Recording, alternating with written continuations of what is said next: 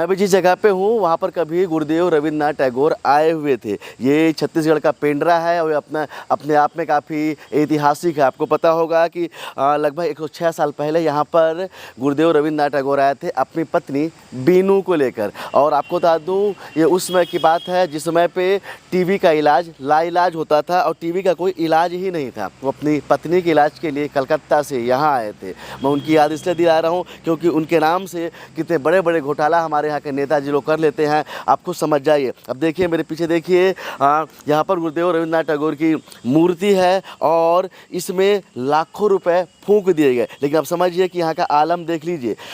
जिस समय पे रविन्द्रनाथ टैगोर यहाँ पर आए थे उस समय की यहाँ की प्रकृति की सुंदरता ऐसी थी कि अंग्रेज़ों ने सिर्फ 3 जगह पे सेनेटोरियम का निर्माण किया था, जिसमें से एक पेंड्रा था। और कहा जाता था कि यहाँ की जो हवा है, यहाँ की जो विशाल का पेड़ है, ये जो पेड़ है अब देखिए कितना विशाल सा पेड़ है, ये जो पेड़ है ये अंग्रेज़ों के समय पे है, जिस समय पे गुरुदेव यहाँ पर आए हुए थे। अब समझिए कि अंग्रेज़ों का कहना था कि कोई व्यक्ति यहाँ पर आता है तो ऐसे जो पेड़ है, प्राकृतिक पेड़ है, उनसे टीबी के जीवाणुओं को मारा जा सकता है। लेकिन चलिए ये तो अंग्रेज़ों का कहना था। लेकिन समझिए आजकल के जो नेता हैं आपको सोचने पे मजबूर कर देंगे कि अंग्रेज़ों ने हमको ज़्यादा लूटा कि यहाँ के जो नेता हैं उन्होंने आपको और हमको लूटा है। अब देखिए बड़ा बड़ा नाम लिखा हुआ है और स्टिकर चिपका दिया गया यहाँ से।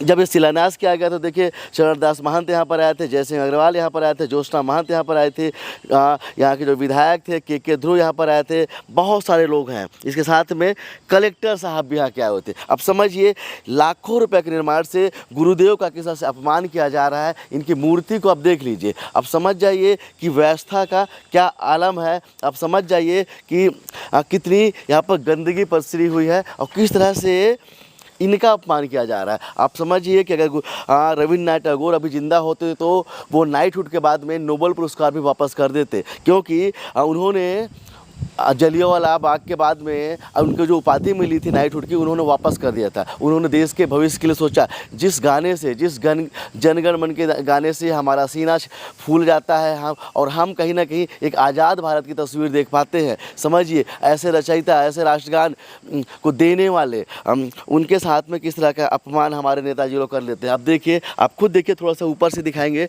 कितनी गंदगी पसरी हुई है। और उसके बाद में यहाँ का जो आलम है, जो इतना बड़ा जो क्षेत्र बनाया गया है। और मैं यहाँ पर इसलिए आया था कि कहीं ना कहीं जब गुरुदेव यहाँ पर आए थे उस समय पे यहाँ पर उतनी व्यवस्थाएं नहीं थी कि जिसमें वो अपनी पत्नी को यहाँ से ले जा पाते। वो अपनी पत्नी को यहाँ पर लाए थे, लेकिन उनका जब स्वर्गवास हो जाता है उनकी पत्नी बीनू का, तो उनकी समाधि यहाँ पर बना दी जाती है। लेकिन समझिए आज के समय पे उनकी समाधियों को भी ध्वस्त कर दिया गया। विकास का नाम लिया गया और विकास के नाम पर उनकी समाधि को ध्वस्त कर दिया गया और उनके बदले में एक मूर्ति बना दी गई। अब समझिए इस मूर्ति का आलम तो आप समझ जाइए कि जिस तरह से इस पूरे परिक्षेत्र में लाखों रुपए का निर्माण हुआ। और जिस तरह से आप देखिए कि जो टाइल्स है ये टाइल्स टूट चुकी हैं और जितना भी अब देखिए यहाँ से पत्थर निकल गए हैं और कितनी गंदगी यहाँ पर है। तो समझ जाइए कि जो नेताजी लोग हैं वो किस तरह से आपके पैसे का, हमारे पैसे का और गरीबों के टैक्स का पैसे से ऐसी मूर्तियाँ बनाते हैं। और इसके बाद में अगर आप सम्मान नहीं कर सकते तो ऐसी मूर्तियाँ बना के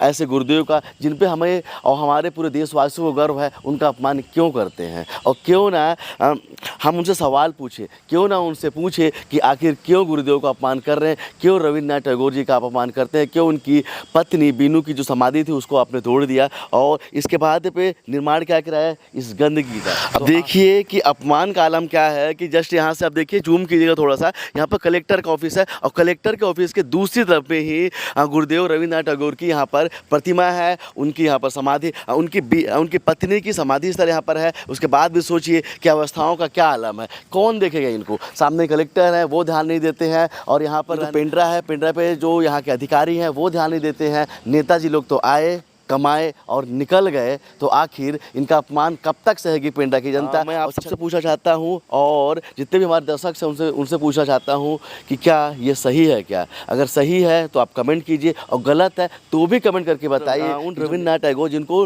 नोबेल पुरस्कार मिला था, उस ज़माने पर एशिया के पहले व्यक्ति थे जिनको नोबेल पुरस्कार मिला था, उनका अपमान करते हैं।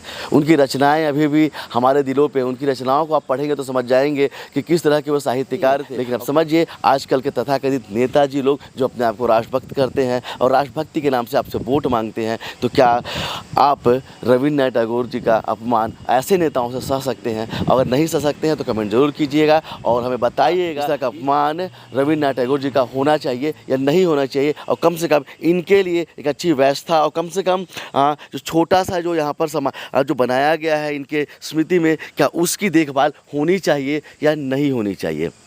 कैमरामैन अखिल के साथ अब तक के लिए मैं सुनील शर्मा। जय हिंद।